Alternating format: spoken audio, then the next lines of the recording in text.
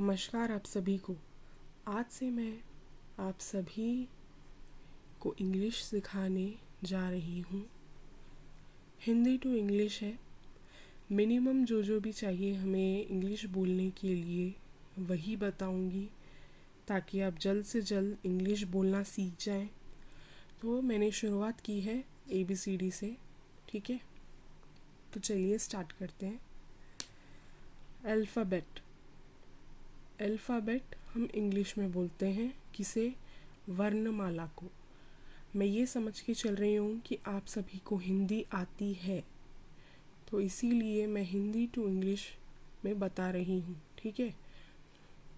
तो अल्फ़ाबेट हम कहेंगे वर्णमाला को। अल्फ़ाबेट एक ही होता है।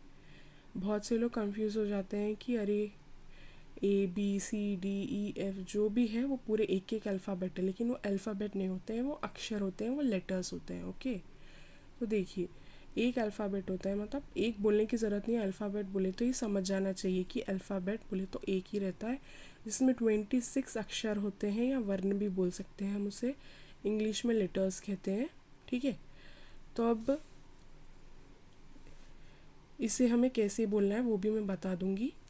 ABCDEFGHIJKLMNOPQRSTUVWXYZ। तो ये है टोटल 26 लेटर्स, ठीक है। अब इसमें से कुछ 5 रहते हैं, जैसे कि AEIOU हम कहेंगे उन्हें, जिसे स्वर कहा जाता है हिंदी में। इंग्लिश में वोवेल्स कहा जाता है, ठीक है। इसके लिए अलग रूल्स होते हैं, इसीलिए इनके सामने क्या यूज़ करना रहता है वो आगे आपको पता चलेगा। इसके रूल्स अलग होते हैं, और उसके ये 5 अक्षरों को छोड़कर बाकी बचते हैं 21। तो आप देख ही सकते हैं BCDFGHJKLMNPQRSTVWXYZ। ये सब हम कहेंगे व्यंजन, कॉन्सोनेंट्स, ठीक है। इसका भी रूल अलग होता है कि किस तरह से हमें इसे यूज़ करना है, आगे वो मैं आपको बतलाऊंगी। अब आते हैं हम कैपिटल लेटर्स पर और स्मॉल लेटर्स पर। तो कैपिटल लेटर्स जो होते हैं वो हम इस तरह से लिखेंगे, A इस तरह से, B इस तरह से, C D इस तरह से हम लिखते हैं। वही स्मॉल लेटर्स जो होते हैं इस तरह से,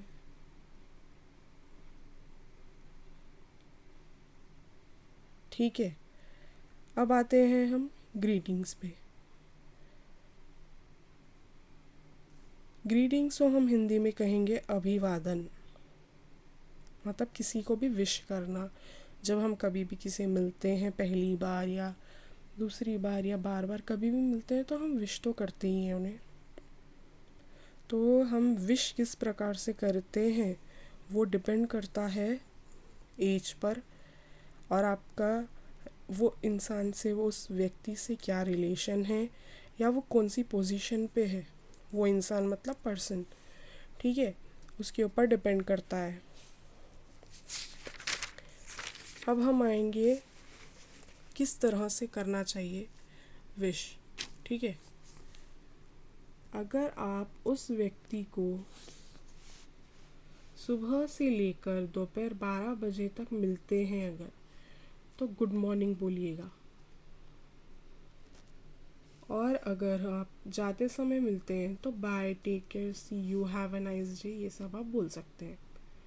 दोपहर में मिलेंगे 12 बजे से लेकर शाम के 5 बजे तक, तो गुड आफ्टरनून बोलना होता है मिलने पर।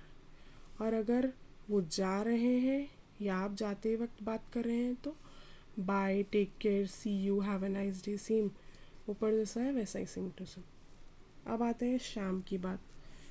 शाम 5 बजे से रात के सोने के टाइम तक आपको बोलना होता है, अगर आप किसी से मिलते हैं तो गुड इवनिंग।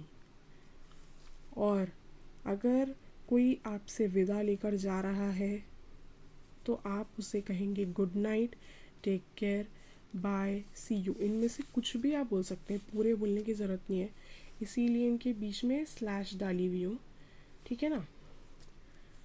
और ये सब तो मैंने जो आपको बताया वो फॉर्मली आप बोल सकते हैं। फॉर्मली मतलब जैसे ऑफिस में गए, टीचर्स से मिले, ऐसा। फ्रेंड्स एंड फैमिली के लिए आप हाय हेलो यूज़ कर सकते हैं, और ऊपर की चीज़ें भी यूज़ कर सकते हैं जो मैंने बताई। ऐसा कोई मतलब स्ट्रिक्ट रूल नहीं है, ठीक है ना। अब आते हैं हम शिष्टाचार पर, जिसे इंग्लिश में मैनर्स कहा जाता है, ठीक है।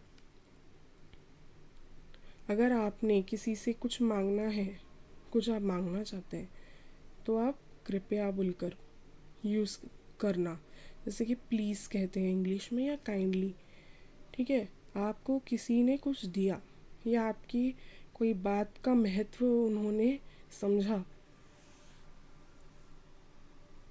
तो वहाँ पर आप उसे थैंक्स या थैंक यू बोल सकते हैं, ठीक है। अगर आपका कोई धन्यवाद करे, ठीक है, आप कुछ भी कर रहे हैं, काम कर रहे हैं, सामने वाले को वो काम अच्छा लगा, तो किसी और का काम कर रहे हैं ना आप, तो आपको वो बोलेगा थैंक्स। तो आपको अपनी तरफ से बोलना होगा welcome, mention not, my pleasure, it's okay. ये चारों में से आप कुछ भी बोल सकते हैं, ठीक है ना। जैसे कि आप समझिए आपने किसी का कुछ काम किया, किसी ने आपको बोला कि जाइए आप जाकर वहाँ से एक पेन लेकर आके मुझे दीजिए। आप पेन लिए जाकर उसे दिए वो उस इंसान को, तो उन्होंने आपको बोलेगा थैंक यू, आप पेन ला के दिए ना, आप मदद करें उसकी। तो आप अपनी तरफ से जब क्या बोलेंगे, it's okay, mention not, welcome, my pleasure, कुछ भी बोल सकते हैं चारों में से, ठीक है ना। अब आते हैं हम समय कितना हुआ, ये भी हमें मालूम होना चाहिए, मतलब बेसिक बता रही हूँ मैं, ठीक है ना। समय कितना हुआ, व्हाट इज़ द टाइम, ठीक है ना। अब समझिए 2 बजे, अगर आपको बोलना है इंग्लिश में कि अभी 2 बज रहे हैं, तो आप कह सकते हैं 2 o'clock। 7 बजे को कहेंगे हम 7 o'clock। तो इस तरह से एग्जैक्ट फिगर में अगर कुछ भी रहता है, जैसे कि 2 हो गया या 7 हो गया, इसके आगे पीछे 1 मिनट 2 मिनट कुछ भी नहीं है, एग्जैक्ट है, तो आप इसे क्या कह सकते हैं, 2 o'clock। अब आगे बढ़ते हैं। अगर आपको बोलना है 5:10 हुए हैं, तो तब आपको बोलना पड़ेगा कि मतलब 10 मिनट आगे हो गए ना, जैसा मैं अभी यहाँ एग्जैक्ट बोली थी, एग्जैक्ट 2 बोले तो 2 o'clock, लेकिन अब यहाँ पे है क्या, 5:10, तो 10 मिनट ज़्यादा हो गए, 10 मिनट आगे चले गया ना टाइम, तो हम उसे 5:10 बोल सकते हैं, ठीक है ना। जो भी मिनट है, जितनी भी ज़्यादा मिनट रहने दो, यहाँ 10 है अभी तो, क्योंकि 5:10 हुए, अगर 5:20 होते तो हम यहाँ 20 लिखते हैं, मतलब 5:20 ऐसा लिख सकते हैं। अब आगे बढ़ते हैं। अगर 8:20 हुई तो उससे क्या कहेंगे हम, 8:20, क्योंकि 8 से आगे हो गया ना। ये तरीका, ये रूल है इंग्लिश का, ठीक है। अब आगे बढ़ते हैं। अगर आप कहना चाहते हैं कि 5 बजे ने के लिए अभी 10 मिनट हैं, ठीक है, तब आप कैसे बोलेंगे, 10 to 5। अभी 10 मिनट है ना, जितने भी मिनट बचे हुए हैं अभी, वो हम सामने लगाएंगे और बीच में 2 लगा देंगे और 5। वैसे ही 3 बजने में 5 मिनट है बोले तो बचे हुए अभी कितने मिनट बचे हुए हैं, 3 बजने को 5 मिनट बचे हुए, तो पहले 5 लिखेंगे, फिर 2 लिखेंगे और लास्ट में 3। अब यही रूल का क्या है, आप अलग तरीके से भी बोल सकते हैं, क्योंकि मतलब दोनों भी तरीके से अगर लोग जनरली बोलते हैं ना, तो इसीलिए बता रही हूँ, कॉम्प्लिकेट करने के लिए नहीं। जैसे हम सभी को पता है कि एक घंटे में 60 मिनट होते हैं, ठीक है। तो 60 मिनट का आधा होता है 30, और 30 मिनट का आधा होता है 15। तो 15 को हम क्वार्टर भी बोल सकते हैं। तो जैसे कि अपन पहले पढ़े कि 8:15 अगर हुई, जैसे अपन पहले पढ़े 8:15 मतलब 8 बज गए और 15 मिनट उससे आगे चले गए। तो अपन अभी अभी क्या रूल पढ़े थे, 15 past 8, मतलब जितने भी मिनट आगे हो गए वो यहाँ लिखेंगे, और 8 जो भी टाइम था अभी अपन पीछे यहाँ एग्जाम्पल में पढ़े थे ना 10 past 5, ऐसे में ये एग्जाम्पल है कि 15 past 8। तो हम 15 को 15 लिखने की जगह क्वार्टर भी बोल सकते हैं, क्वार्टर past 8, ठीक है। और वैसे अब ये भी रूल है, जैसे कि अभी हम यहाँ पढ़े थे ना कि 5 बजने में 10 मिनट है, तो 10 to 5 बोले अपन। वैसा ही अगर कभी 15 मिनट रही, ठीक है, समझ में आ रहा है आपको, जैसे अगर 15 मिनट रही, 8 बजने में 15 मिनट रही, तो अभी यहाँ 15 है, तो 15 की जगह अभी अपन जैसा यहाँ पे क्वार्टर यूज़ करें वैसे ही यहाँ पे क्वार्टर यूज़ करेंगे, Quarter to 8 बोल सकते हैं, ठीक है। वैसे ही अगर 8:30 हुई,